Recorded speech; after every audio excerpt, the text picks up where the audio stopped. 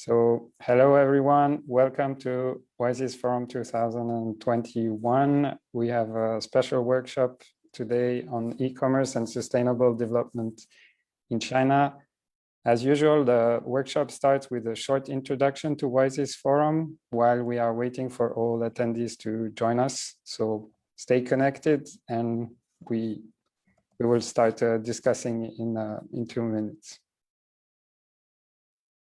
The World Summit on the Information Society 2021 has begun and is off to an exciting start, having already hosted several workshops and sessions since the forum's launch in January, as well as receiving a record number of submissions for the WSIS prizes. With 1,270 projects submitted, you have until March 31st to vote for your favorite ICT for development projects. As the forum progresses, we encourage stakeholders to keep an eye out on our interactive agenda for announcements about exciting workshops and our various ICT for development related special tracks, many of which have already been inaugurated successfully, such as the ICTs and Gender Mainstreaming track, the ICTs for Wellbeing and Happiness track, as well as the ICTs and Accessibility for Persons with Disabilities and Specific Needs track. In addition, we are pleased to have opened our high-level track on March 22, 2021, which featured the appointment of the 2021 WSIS Forum Chairman. Policy sessions featured during the high-level track will be moderated by high-level track facilitators, nominated by the WSIS stakeholders during the open consultation process. These sessions will gather over 100 high-ranking officials of the WSIS stakeholder community, with over 35 ministers, deputies, ambassadors, and more than 30 heads of regulatory bodies, private sector, civil society, academia, and the technical community. Many other exciting tracks will open soon, such as the opening of the ICTs and Youth track, the opening of the Cybersecurity track, as well as the Emerging Technologies for Sustainable Development track, all of which you can find more information about on our interactive agenda and website. In addition to these exciting tracks, building on the title of this year's forum, ICTs for Inclusive, Resilient, and Sustainable Societies and Economies, we're hosting a series of related workshops, including our series of bi-weekly workshops where stakeholders from around the world demonstrate how they're using ICTs to fight back against the coronavirus pandemic. The work of our stakeholders will also be displayed on our virtual exhibition space that was inaugurated on March 15, 2021. Various other networking and social events will also be integrated into the forum, with meet and greet opportunities and frequent social media posts and engagements, as well as engagements during internationally recognized UN days and weeks. In addition, registration for the Aging Better with ICTs Hackathon is now open, and the hacking has begun, with more than 650 registrants participating. In addition to this exciting hackathon, we're pleased to announce that the WSIS Forum special track on ICTs and older persons will be initiating a special prize this year, entitled the WSIS Healthy Aging Innovation Prize. Call for submissions are still open, and we encourage you to submit related projects to this exceptional prize. We look forward to your participation, and thank stakeholders for their contribution in shaping this year's WSIS Forum with commitment and ongoing support. We received more than 500 inputs and suggestions from stakeholders worldwide to shape the agenda and program of the WSIS Forum 2021 during virtual discussions and direct official submissions to the open consultation process. We are delighted to see well-balanced contributions in terms of geographical location, gender balance, and stakeholder type, which has shown the positive commitment towards the WSIS process and the strengthening of WSIS implementation activities to achieve the Sustainable Development Goals.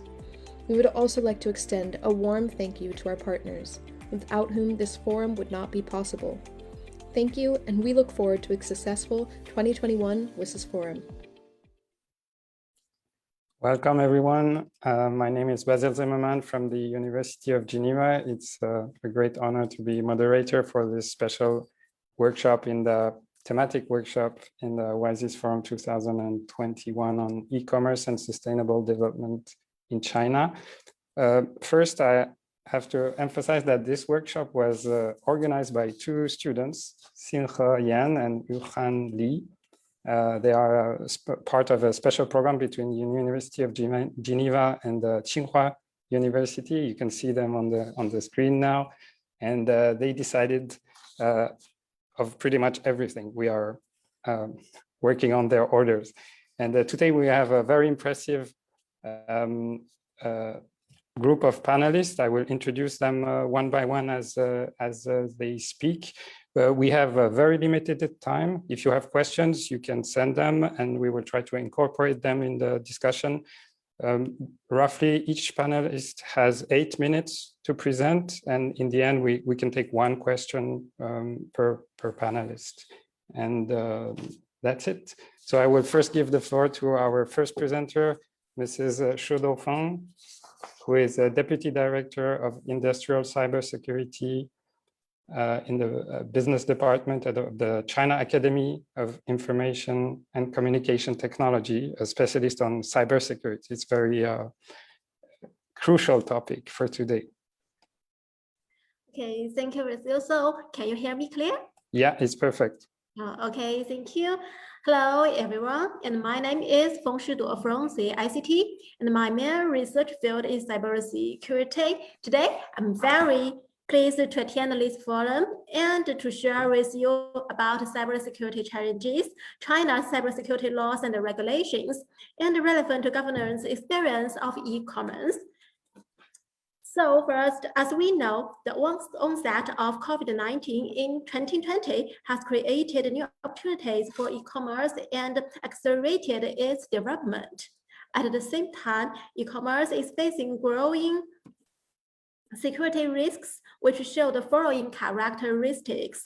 Firstly, attacks under the cover of COVID-19 have increased dramatically, with security incidents such as phishing and spreading malware using COVID-19 related hot words continuing to grow, and incidents such as illegal intrusion, malware, and DDoS attacks are abounding, impeding the stable and orderly development of e-commerce business.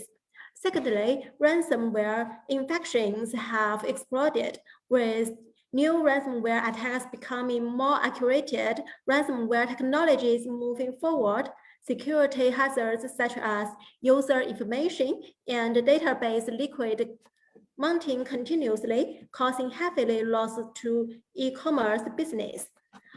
Thirdly, with deeper application of new technologies, including AI, big data, and quantum computing, attack technologies continue to improve, triggering more efficient, targeted, unidentifiable, and untraceable cybersecurity threats, and challenging the existing cybersecurity defense capacity.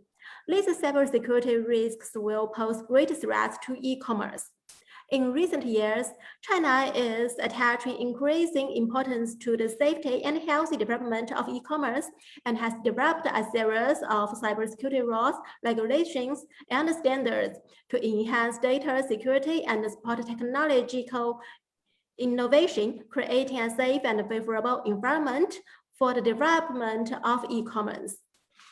In terms of policy and standards, first, the cybersecurity law has been enacted as a basic law in the field of cybersecurity governance, which makes clear responsibilities of all parties for maintaining cybersecurity, including the specification on the security of e-commerce transactions.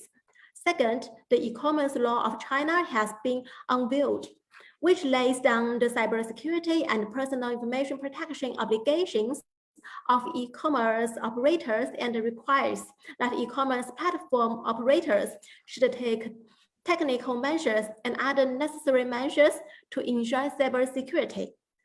Third, the Guide for Information Security Construction in Small and Medium-Sized E-commerce Enterprise and other standards have been issued to provide guidance on cybersecurity risk management, security requirements, and security design for small and medium-sized e-commerce enterprise, and enhance security protection capabilities of those enterprises.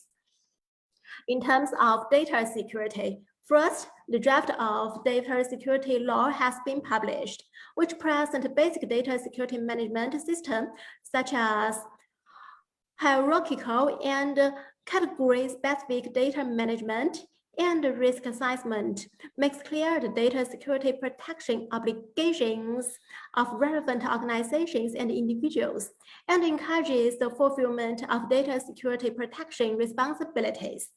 Second, the draft of the Personal Information Protection Law has been released, which covers requirements such as personal information processing rules and obligations of personal information process, and lists on personal information protection rules.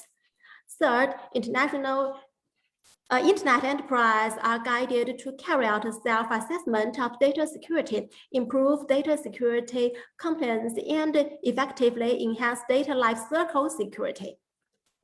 In supporting technological innovation by developing synergies among industries, universities, and research institutes, China has actively launched piloting and demonstration programs for application of cybersecurity technologies and selected outstanding solutions to raise the level of cybersecurity protection. To sum up, we suggest that e-commerce enterprise can improve their cybersecurity capabilities as follows. In the first place, they can actively fulfill cybersecurity responsibility in line with relatively policies and standards. Secondly, they can develop contingency plans for cybersecurity incidents and revise the same on a regular basis to effectively respond to cybersecurity incidents.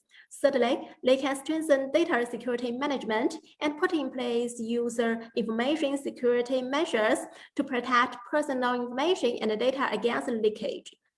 Fourth, they may increase the application of e-commerce security technologies, such as encryption and authentication to ensure the security of e-commerce transactions. And that's all. It is what I prepared for today to share. Thank you. Thank you very much. Thank you also for your mastery of time, and I look forward to the discussion. So in order to help us with time management, we change the presentation and we take all the questions in the end. So now we move on to our second speaker. We are very lucky to have Mr. André Zhu, who is a Senior Vice President and General Counsel of Pinduoduo since 2020. I think most people here know Pinduoduo, but in case you don't, Pinduoduo is one of the big surprise of the last 5 years in China. It's one of the largest e-commerce platform of the People's Republic of China and the world's largest agri-focused technology platform. Connects to 12 million farmers with roughly 800 million customers. It's really impressive. So we have a very concrete actor of the e-commerce with us today. Mr. Zhu, please. Sure. Let me share my screen.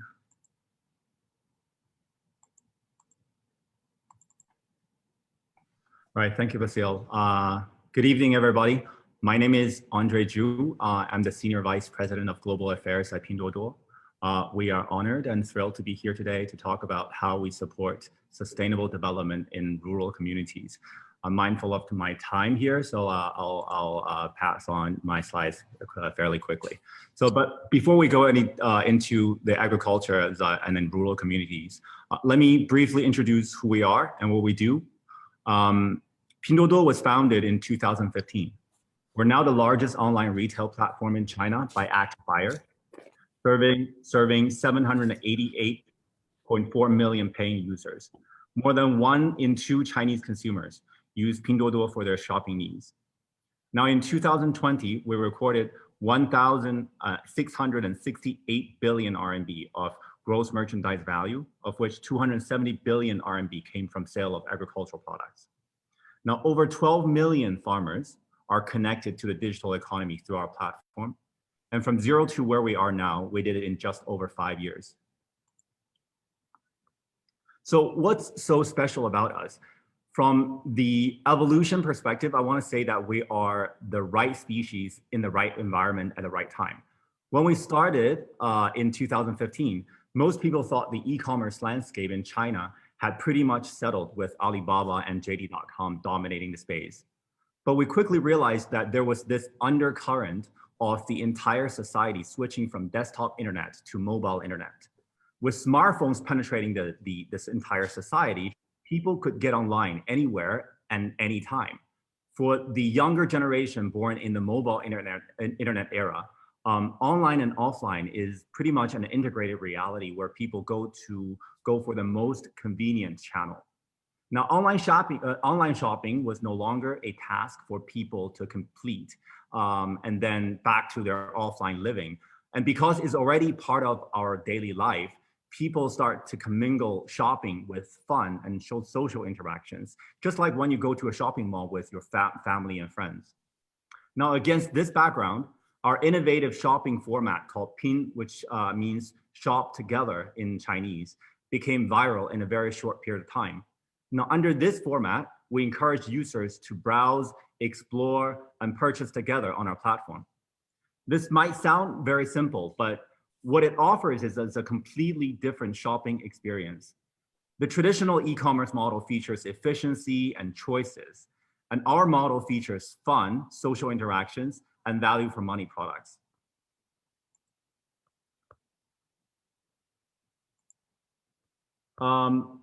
So I won't probably spend any time on the layout of our app, but back to sustainable development in rural communities.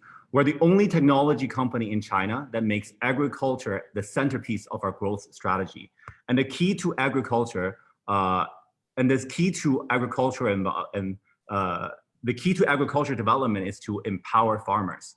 We invested billions of dollars in R&D to make our infrastructure, the network, more efficient, our technology and services more accessible to farmers. Now our platform can shorten the distribution connection points from 6 to 8 links to 2 to 3. We can match demand and supply more intelligently through distributed AI and product flow. We can provide traffic support and merchant services to help farmers better plan their productions and sales. With all these, what we're hoping to do is to transform farmers into new agri-merchants. Now, our efforts already showed a huge impact to rural communities in the face of the pandemic. Now, with the COVID-19, offline distribution network couldn't move goods. The farmers were stuck with their crops in the fields or in or their warehouses. So we set up this dedicated help the farmers channel.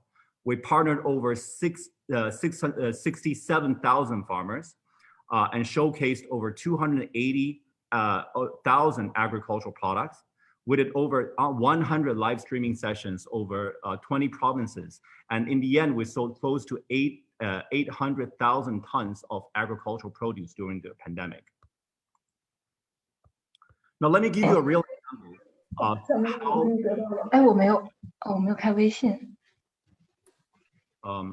Sorry. Let me give you a real example of how we shorten the connection links.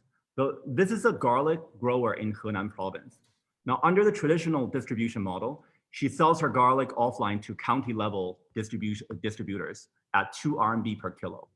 And the same garlic then goes through layers of distributors, then sold to consumers in the supermarkets at 16 RMB per kilo. That's 8 times price increase. Now we help this garlic grower to set up an online store on PDD. So she can now sell her garlic directly to consumers at 4 RMB per kilo. After you deduct all the additional costs, she can still pocket about 2.6 RMB per kilo. That's 30% increase in her income. Meanwhile, consumers enjoy fresher garlic at a quarter of the offline retail price. It's a win-win situation for farmers and for consumers. Now, this is another example, is our Duoduo grocery service. Now, last year, the pandemic made it really challenging for farmers to sell their crops through to traditional offline distribution. For durable products like potato, they could still sell online through platforms like Pinduoduo. But for leafy greens and delicate fruits, national distribution is impossible. So we launched Duoduo grocery service. This is a next day self-pickup grocery service where users place orders from a list of locally sourced groceries before 11 p.m. and they can pick up their purchases around 5 p.m. the next day at a conveniently located pickup location.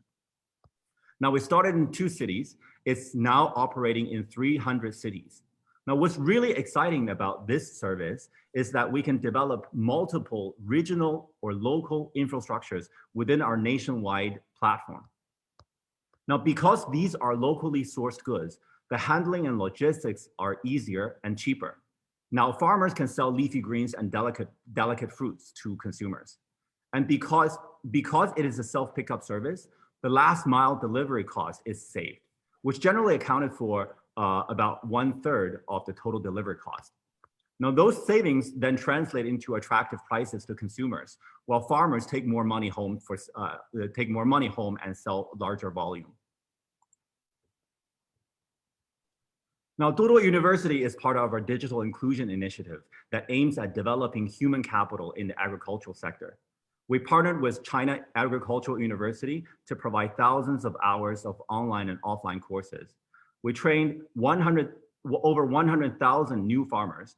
These new farmers are college graduates from rural areas. We help them set up online stores and sell agricultural products from their hometown communities directly to consumers. Now, we plan to train 100,000 more in the next 5 years. And moving upstream a little bit to production, we also work with farmers to improve crop yield and optimize farm management through technologies. In April 2019, we launched this Duoduo Farms initiative.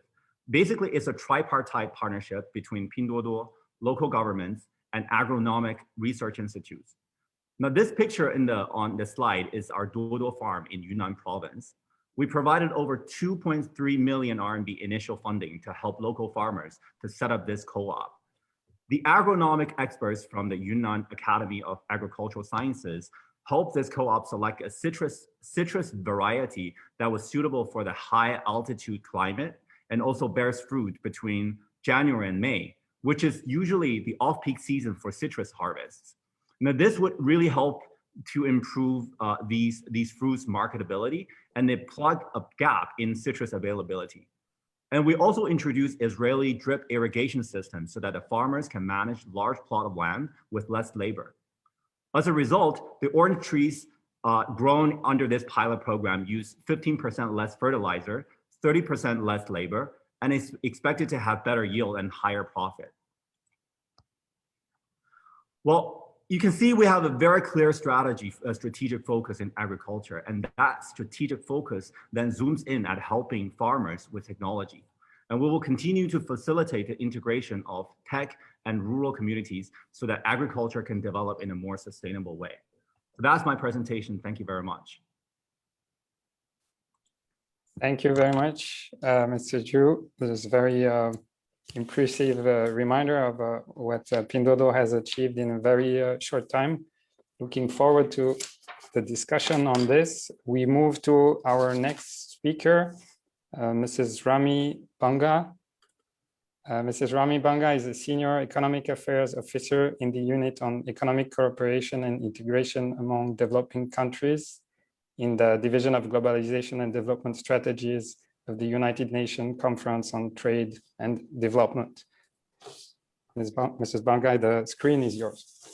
Thank you so much. And let me begin by thanking the organizers for inviting me. It's a pleasure to be here. Today, what I'm going to highlight is that e-commerce in itself, it cannot grow in isolation. It really needs a digital transformation policies to support the growth and development of e-commerce. Next slide, please.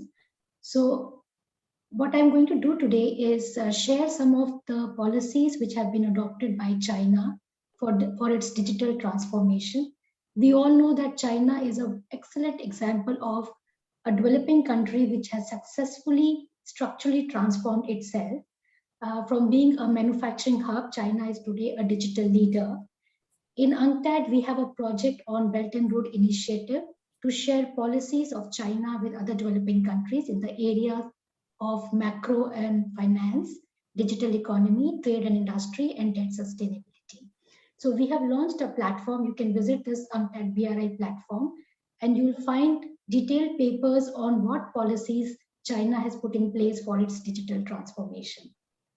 Next slide. So when we talk about digital transformation, this is really needed if countries want to use e-commerce as a tool for sustainable development. If you look at China, China's digital economy accounts for 30% of total GDP as compared to 50% in the developed countries. In 2016, China's digital economy was only 32% of the size of US digital economy, but its annual growth rate was close to 19% as compared to 6% in the US. So it was almost 3 times more. In 2016, the digital economy also contributed around 60% of China's GDP growth, and now it has become the major driver of economic growth in China. Next slide, please. So if you look at what was it that China did for its digital transformation, China implemented a very comprehensive national level digital policy, which aimed at improving both demand as well as supply side of the digital economy. So it is not just putting e-commerce policies in place. You also need complementary policies for digital transformation of the economy. If you categorize all the policies that China has implemented for its digital transformation, we can categorize them into 4 categories. One, policies which led to big push for the network infrastructure. Now, these policies did not aim at only ICT infrastructure, but also cloud computing infrastructure, as well as data infrastructure. Then there were policies which accelerated deep integration of the internet with the real economy, focusing on the manufacturing sector. Plus, it was also aimed, there were policies which also aimed to improve the digital skills of the population and also the digital skills of the labor. So it enhanced information technology capabilities at all levels. And then there were sector-specific digital transformation policies which aimed at agriculture, which aimed at services, as well as manufacturing sector. So together, all these policies help in digital transformation. And there were also e-commerce specific policies, which I'll come to, which were complemented by all these policies. Next slide. Now, if you look at the successful implementation of these policies, you can see that there was a rapid growth of broadband penetration, the speed increased, and the tariffs declined substantially. Next slide. Now, coming to the China's e-commerce policies, let me just highlight that China had a very successful e-commerce policy, both for its domestic e-commerce as well as for the cross-border e-commerce. For the domestic e-commerce, we have on our platform a case study of Alibaba, how Alibaba was able to outcompete Amazon and eBay in China. So what were the digital ecosystem that was provided to Alibaba, and what was the innovation that Alibaba did in terms of the payment schemes like Alipay, and also building trust between buyers and sellers by having another account, or I would say an account where the sellers did not receive the money directly, but they received the money only after the customers were satisfied with the purchases. Coming to the cross-border e-commerce policies, if you look at exports and imports of China's cross-border e-commerce, we find that CBEC accounted for 83% of its export and 16% of its imports. The government had favorable tax policy environment. It also encouraged social capital investments for platform exports. Very interestingly, China has also encouraged platforms which sell only Chinese products, which has helped in Chinese exports through e-commerce. For example, there is a e-commerce platform called Kiku, which operates in 6 African countries selling only Chinese goods. Next slide. If you look at China's e-commerce policy with respect to its imports, it is very interesting to see that China has a positive list approach of CBEC retail imports. The government regulates the imports of personal items, and it's not like you can import anything and everything that you want from the e-commerce platforms. The government has also put in place postal tax policies, which has helped in imports of cross-border e-commerce. Next slide. So but behind the e-commerce success, data analytics has played a very key role in China's progress in e-commerce. China has put in place a legal system for its data protection. We've already heard about cybersecurity law, so I will not repeat that. But this law stipulates that personal information and important data collected has to be stored within China's territory. Next slide. If you look at the China also attaches a lot of importance to national data sovereignty. The regulations on administration of credit investigation provided that the collection, storage, and processing of information should be conducted within China's territory. This is just an example. But the national data sovereignty is also given a lot of importance in China. Next slide. So data infrastructure is built along with cloud computing infrastructure in China to provide the solid base on which the e-commerce can progress. If you look at all the policies which are available on our BRI platforms, you will find that it is not just e-commerce policies, but it is also digital transformation policies. It is also macro and finance policies of China, including trade and industrial policies, as well as debt sustainability policies, which has helped in the growth of e-commerce. E-commerce has been supported by infrastructure, both ICT, data infrastructure, and cloud computing infrastructure. Interestingly, China aims to set up more than 1 million enterprise clouds by 2025. So that shows the path that China is taking and the importance that China gives to cloud computing infrastructure. Both demand side and supply side need to be catered to if e-commerce has to be successful both nationally and internationally. And data is the key factor in the digital economy. And I would like to conclude by saying that e-commerce policy should also focus on data policies and logistics that are needed to develop the digital ecosystem in which the e-commerce can thrive. Thank you. Thank you very much. So for the audience, maybe as you noticed, so we had speakers from, I would say the government side in China, then someone from the industry with the Pinduoduo company, and now from an international organization's perspective. Our first, many thanks to Mrs. Banga for the presentation. Looking forward to the question. And now we move on. We take the questions at the end. Thanks for those of you who are sending this privately and publicly in the chat.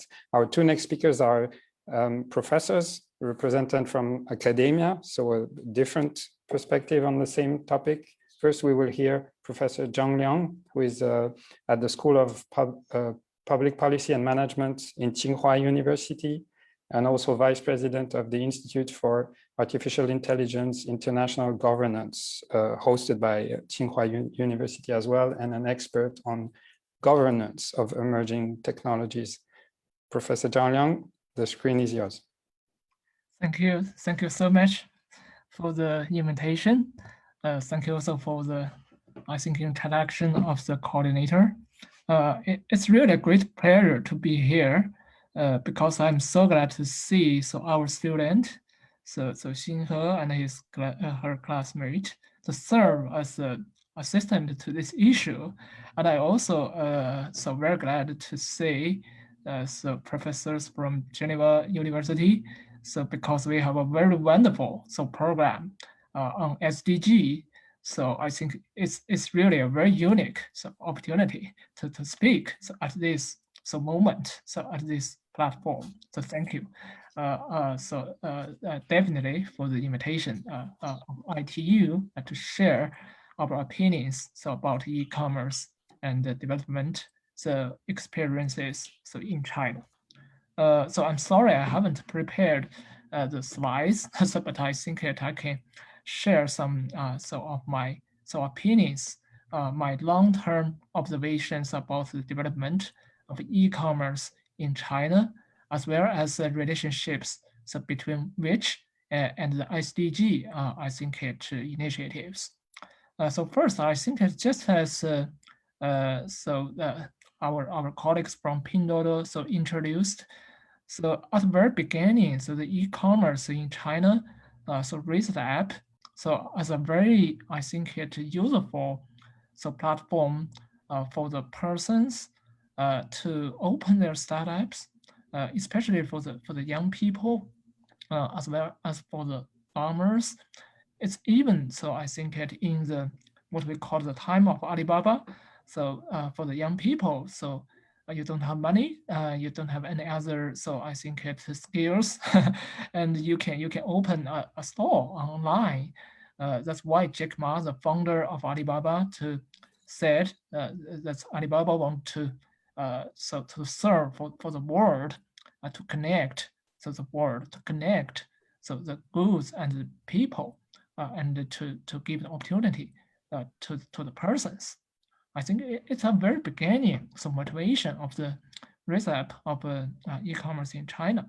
In the traditional, I think, opinion, so what's the benefit of e-commerce? We all know it will animate, so maybe the cost of the logistics, the cost of the medium, I think the goods, so this kind of things. But just as Pinduoduo so showed us, so when we involved into this stage, so it could serve for the SDG so goals so much more. So you can connect the farmers and the customers to. We all know that the waste so in the I think agricultures are very high, especially for the so fresh goods. But now you have this kind of platforms to connect accurately, so the I think it's the suppliers and the customers, and to animate, so the I think it's the cost so of all of this kind of waste goods. That's very, I think so I think correctly to serve for the goal of SDG for the green development. For the inclusive, I think the goals. I think it's also a very good experience. So in China, so not much farmers, even in the remote areas such as Guizhou and Yunnan, could be connected so to the platform. They can get much more benefit if you compared with before. I think all these are very where I think it coincide so with the goal of SDG, and so much more. I think that now we are also talking. So here, just as Pinduoduo's case, now they use the recommendation, I think, technology. So based on AI to recommend the goods, to feed the information to the people, and that could save the time for searching. And they also use the social network, I think, so models to connect the demands, I think, in a large group.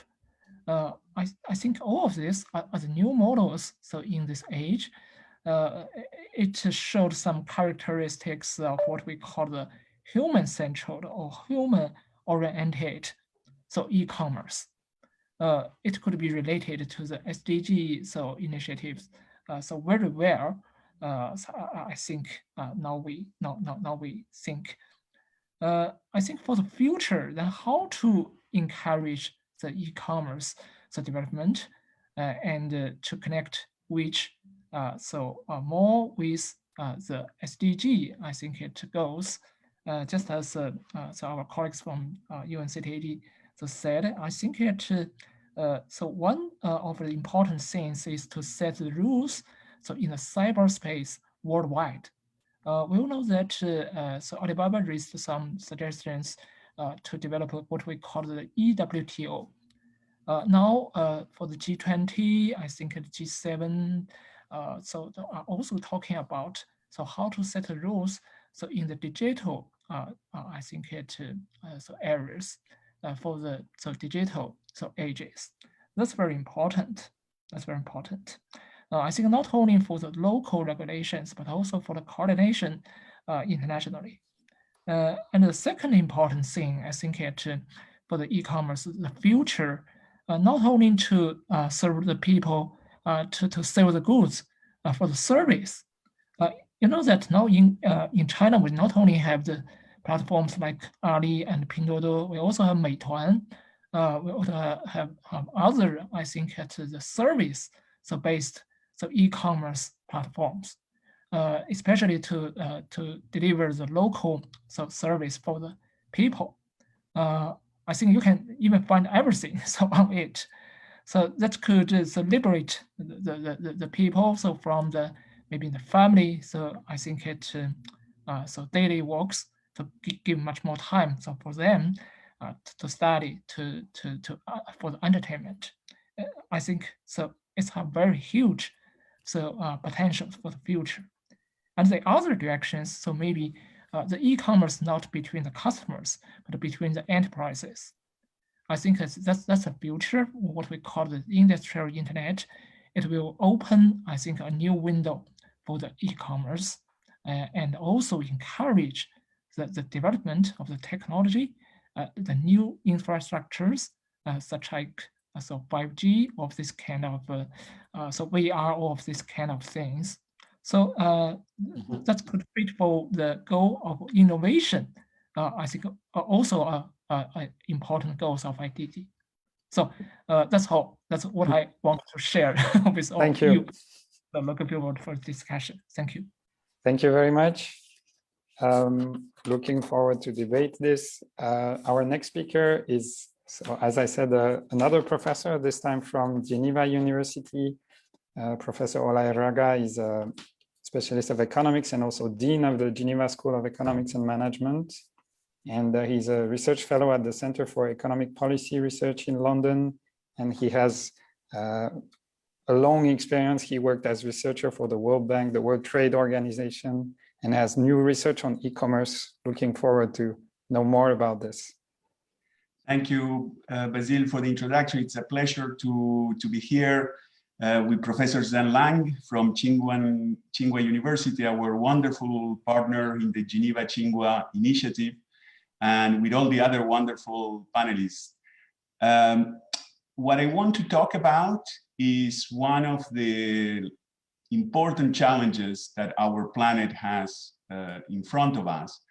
And it's not COVID, we have many challenges, but the one I want to talk about is the growing income inequality that we have observed in the world. That poses a threat for sustainable development growth. And China has been no exception. If you look at the evolution of income inequality in the past 30, 40 years, income inequality grew quite fast in China between the 1980s and the turn of the century. It has stabilized since then, so it has even declined slightly in the 21st century, but it has stabilized at very high levels. And so the challenge of income inequality that we have in the planet is also present in China. And as Basile said, my area of expertise is international trade. So the question I would like to ask in this panel is whether e-commerce, international e-commerce, has contributed to this evolution of growing income inequality worldwide. But before I answer the question about whether e-commerce, international e-commerce has contributed, I want first to answer the question of whether international trade has contributed to this growing income inequality. And if you ask economists, as you all know, economists are two-handed.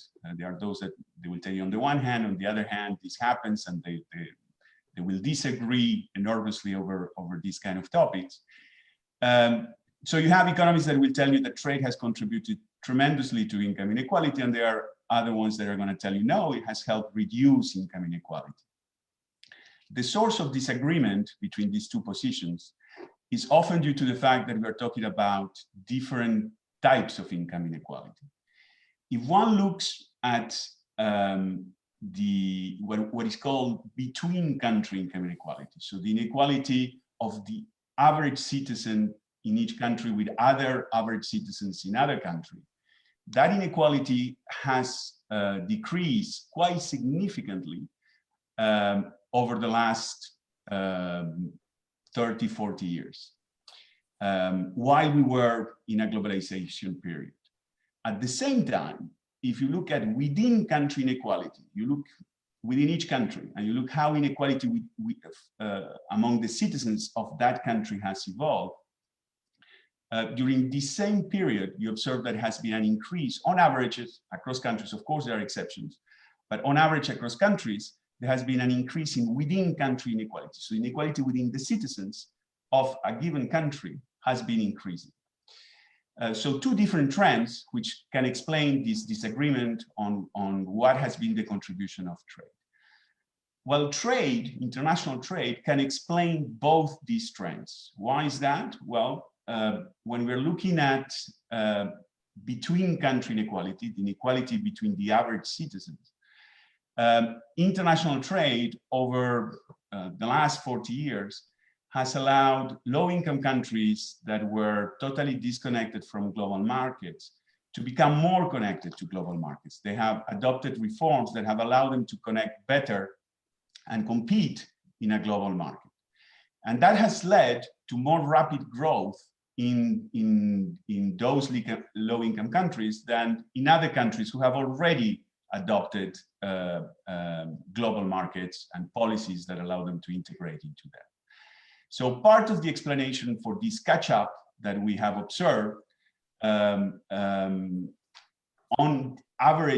the average individual in each country, from low-income countries growing faster than rich countries, can be explained by international trade, because it has helped integrate into those markets.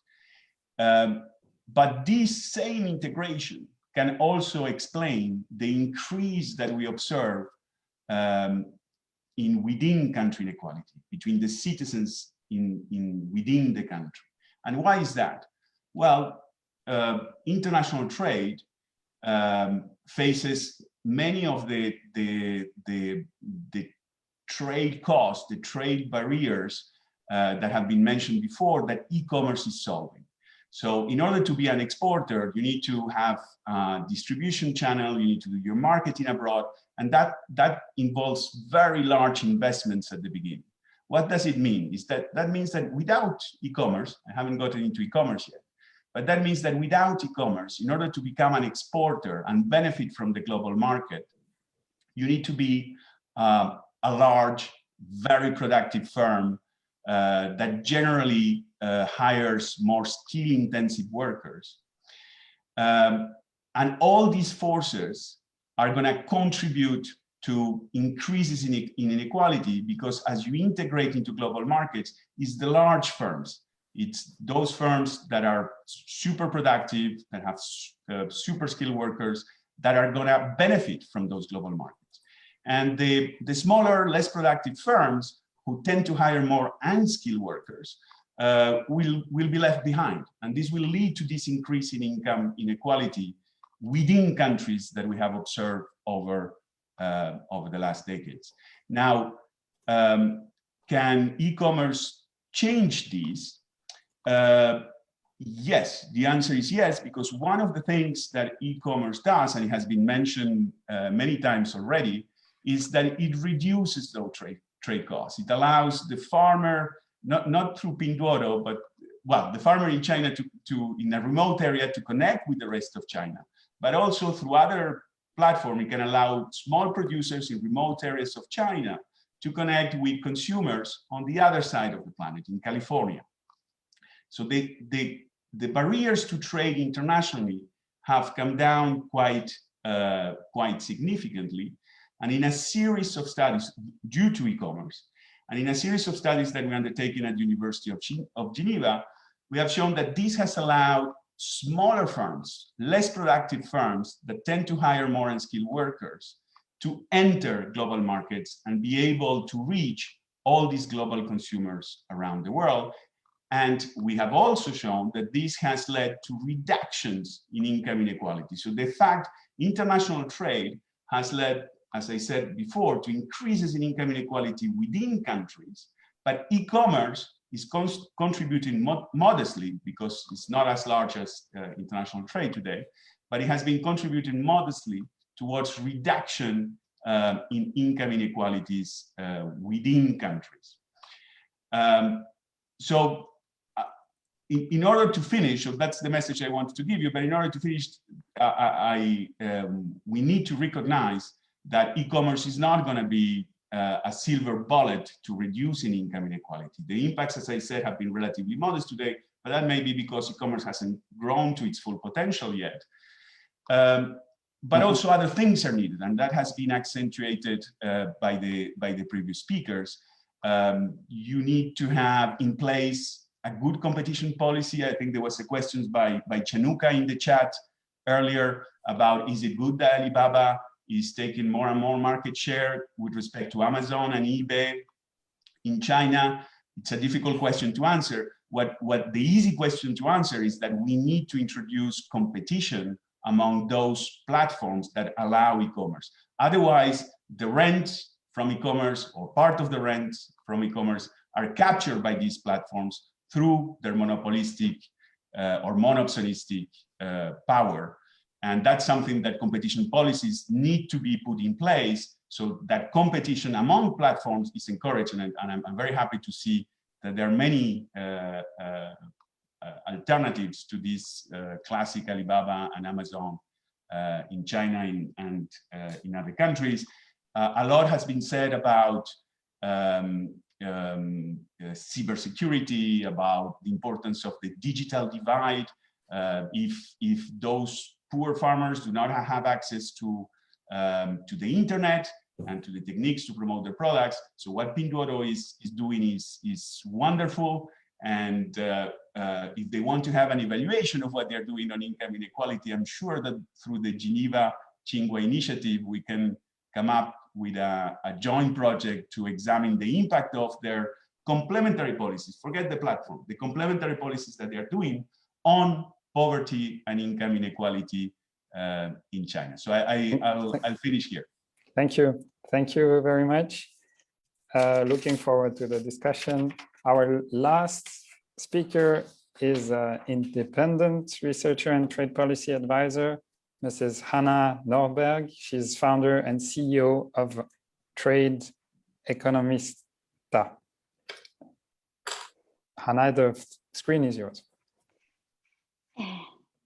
Excellent. Thank you so very much. I'm an independent trade policy advisor, and I work with governments on designing trade policy. And trade policy is how we set the rules for how we conduct trade internationally. So this is very exciting. Hang on, I'm just last speaker, but it's going to be worth it.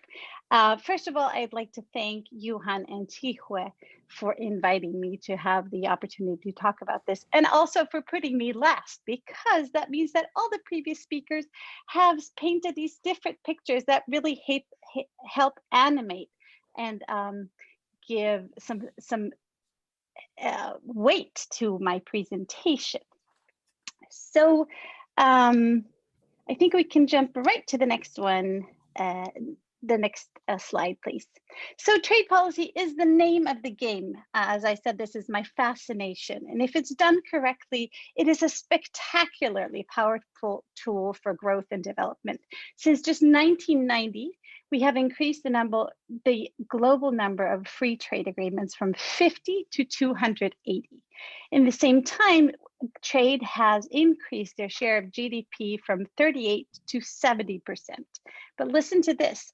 In this time, more than 1 billion people have lifted themselves out of poverty through the power of international trade during this time, and 800 million in China alone, since they started their reforms in 1970. We can change the slide, please. But as we have heard here today, economic gains are not the only metric. In terms of increasing the size of the pie, nothing comes close to the effectiveness of opening up to trade. But like Marcelo was saying, in order to make this growth inclusive, but also sustainable, we need to expand the focus of trade agreements and look beyond these economic gains and make sure that the effects of trade and the increased size of the pie benefits everyone in society. We need to know that we don't deplete the environment, that short-term gains don't take over, and that everyone in the society stands to gain from increased trade. We can change the slide, please. Now, so what's so awesome about e-commerce platforms? Obviously, we've seen the details here, but from a trade policy perspective, well, to us trade economists, there's a clear pattern of gravity in global trade. And what that means to us is that countries mainly trade with those countries that are adjacent to each other. And as distance grows larger, trade between countries decrease. And we've seen that firms that get on the platforms can use it to circumvent this gravity and forge trade relations across larger distances. This was what Marcelo was talking about. And he even wrote a paper, which is called There Goes Gravity, eBay and the Death of Distance. So not only does e-commerce platform kill distance per se, but these platforms also offer services that traditionally only could be handled with big multinational firms. And these big multinationals account for 1/3 of global GDP, but 2/3 of traditional trade. And that also means that you no longer need to adhere to these traditional channels of distributions, where the only way to reach consumers is by selling through a local retailer. Now, these chains of commands are being mixed up. So micro and small and medium-sized enterprises, which we've heard earlier today, Andre showed that obviously, can now be born global, sell B2B, B2C, or even C2C. We can change the slide, please. Now, there's this old saying that in God we trust and all others must pay in cash, or the equivalent in the tech sector is that all others must bring data. But that still holds true for trade. So e-commerce platforms make it easier for firms to find new suppliers and for firms to reach consumer, but there's still a huge gap, and that is information. Trade in e-commerce is based on the same fundamental principles that all trade is based on, namely on information and trust. So when we're looking at suppliers, which suppliers can be trusted, which suppliers produce according to regulation or a standard, and which are non-fraudulent. And this gap of information was made painfully visible during the COVID scramble to find new suppliers. Even with these e-commerce platforms, firms couldn't find suppliers. And when they did, sometimes the goods that turned out they were not up to code, or they even turned out to be fraudulent suppliers. And while we have managed through these e-commerce platform to lower the cost of trade and shake up the setting of trade, the whole cost of information is still holding back MSMEs. It's holding back them for sellers, and it's keeping consumers in an information deficit. Now, COVID has accelerated the digitization of trade documents, and that's a great thing, but it's really just only the beginning. And I'm hoping that I'm getting to Marcelo's silver bullet here. So for firms in general, and MSMEs in particular, the mere business of just holding and providing proof of their digital identity is a significant trade cost. And this is exactly where blockchain comes in. So blockchain is revolutionizing how we store and access data. And it was developed to do exactly this, to enable transaction between two actors that didn't know or trust each other without the use of a middleman. And by putting information on blockchain, we can lower the cost of information drastically while increasing the availability of data and make it verifiable and available to both buyers and sellers in one fell swoop. And so this also gives the option to add lots more information about the product available and make it verifiable for all those involved.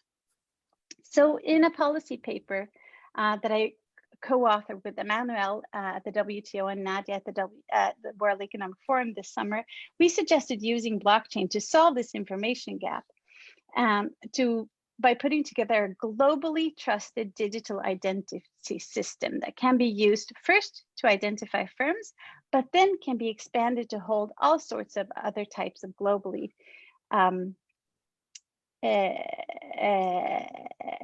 trusted information about firms, spanning from production methods, certifications, whether slave or child labor was not involved in the process, and painting a verifiable picture of those qualitative attributes that I mentioned earlier. So we can change the slide, please. But reaping the benefits of blockchain means we need to work together globally. So blockchain holds the potential to overhaul the internet as we know it and make it transparent and leveling the playing field for good actors, for small producers, and for sustainable production. And by the time it's done, it will be another layer. It will be like another layer of the internet that we don't even think about. But how do we get there? Well, if it's going to work for global trade, we need it to be introduced and worked with on a global level and introduced in trade policy. And we argued that global identity systems are a good place to start. The WTO, the World Trade Organization, is a great forum for having these discussions. And in our paper, we give practical ways forward on how to do it.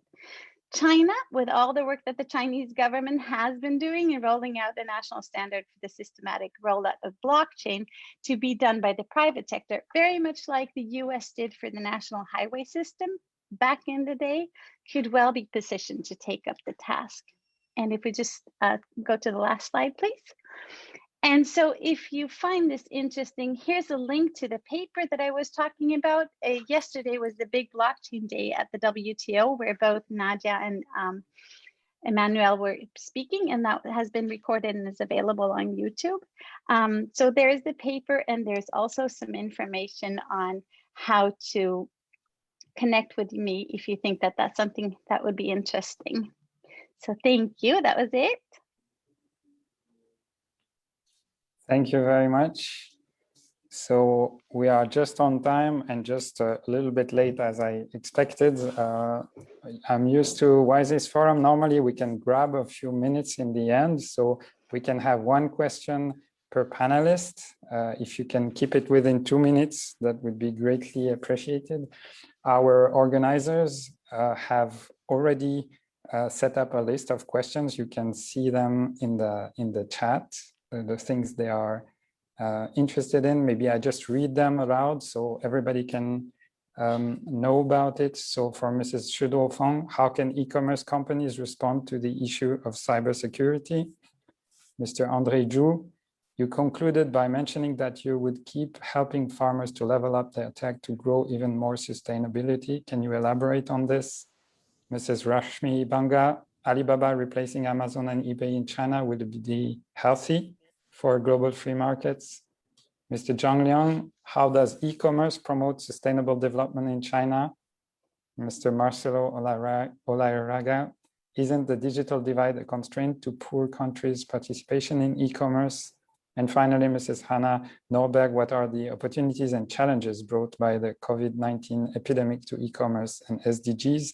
Maybe to connect everything, just to remind everyone that for this workshop, the WISES Forum main organizers, together with the 2 students we mentioned, decided that the idea of the workshop was to cross 3 themes. So one is e-governance, another one is the e-SDGs, if we can call them like that, and cybersecurity is the third one. So the idea is to try and see how we can provide these links. So Mrs. Shidro Feng, I give you the screen again, 2 minutes.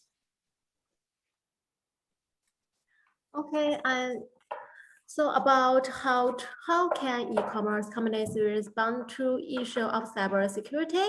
I think first, I think you can prepare a cybersecurity emergency pre-plan for your company, and then practice this prepare to be familiar with all the measures or the people that you need to form your security team. And you can also buy some security service and buy some security products to make your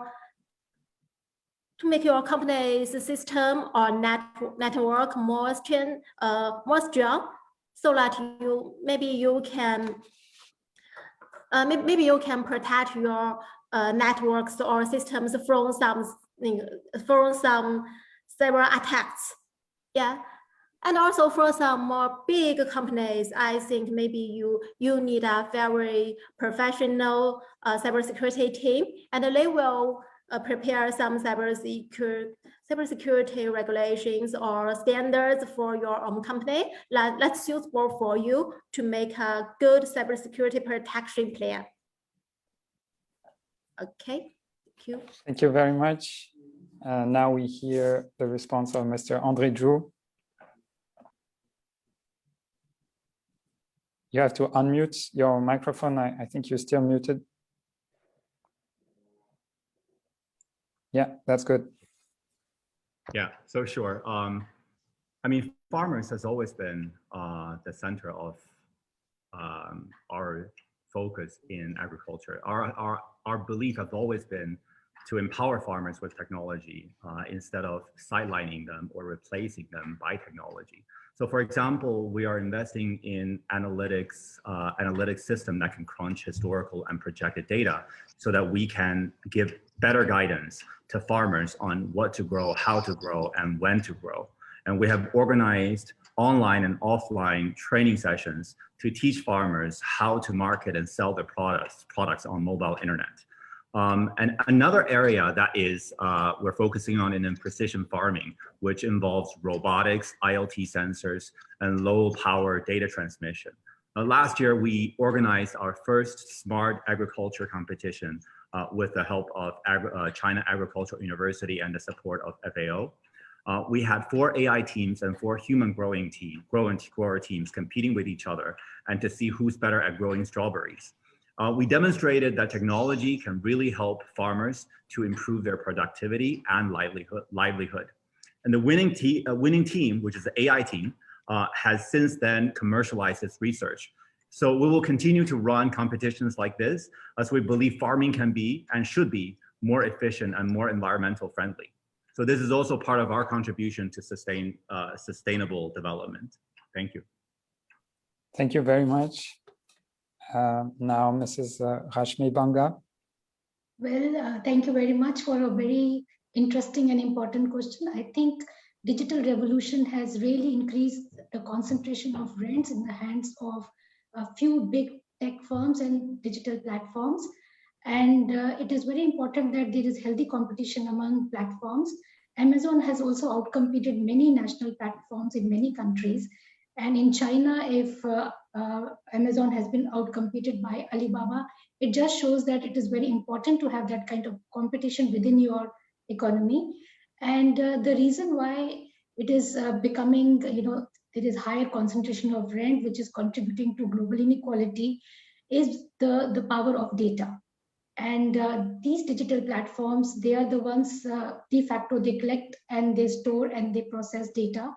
And I think now the realization of the importance of data is growing in the developing countries. We've heard data is the new oil so many times, but the story behind that is that when mechanization happened, it was not the data producing countries which really developed. It was the data processing countries it was the oil processing countries who used oil in their manufacturing factories and created manufactured products. They were the countries which really developed. So similarly, in the digital era, it is not the data generating countries who are going to really develop, but it is the data processing countries who will develop. So it is important to have data policies, data infrastructure developed. And there was a related question on data localization.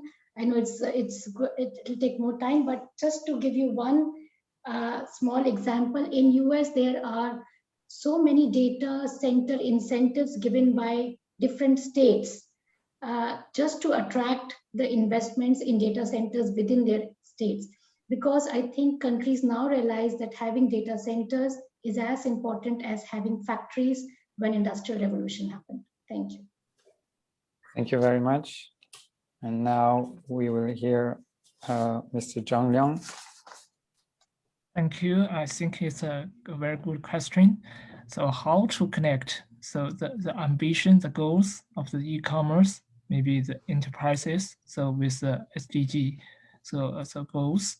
I think we need to develop what we call the co-governance, so models, so among stakeholders, so from customer, suppliers, and the regulators.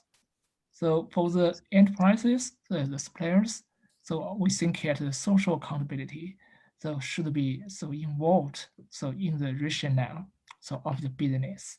So just as some of the enterprises already did. So they declared, they issued the I think the social accountability so annual book so every year to show what they already did. So in this kind of areas, so like the so poverty, so animation, so this kind of things. And the second thing is that for the social, I think the regulation. So we need to issue this kind of regulations for the platforms to guarantee so the securities, so to guarantee the equities of this kind of so regulations should be set. So also for the environmental so protection, so privacy, this kind of things. And finally, so for the customer, for the personals, so as ourselves, so we need also to maybe partially to change our maybe the I think the behaviors, the rationales to maybe to just to buy, just to choose what we need, so not we can feed. So this I think are all my I think opinions. Thank you. Thank you very much. We move on to Mr. Marcelo Olareaga. Thank you for the question. The short answer is yes. The question is, isn't the digital divide a constraint to poor countries' participation in e-commerce?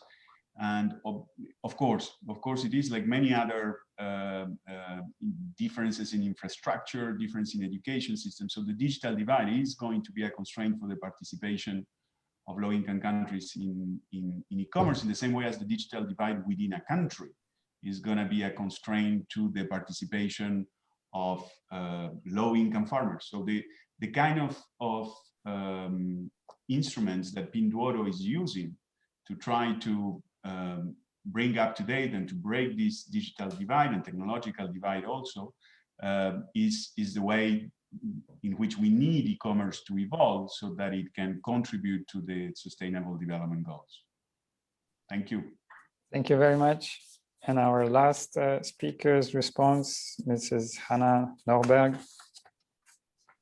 Thank you. Yeah, my question is, what are the opportunities and challenges brought by the COVID-19 epidemic to e-commerce and SDGs? And I would like to sort of flip that around a little bit. And I'd say that COVID-19 is a huge challenge to the SDGs. We see a lot of developing countries and poor people in developing countries slipping back into poverty.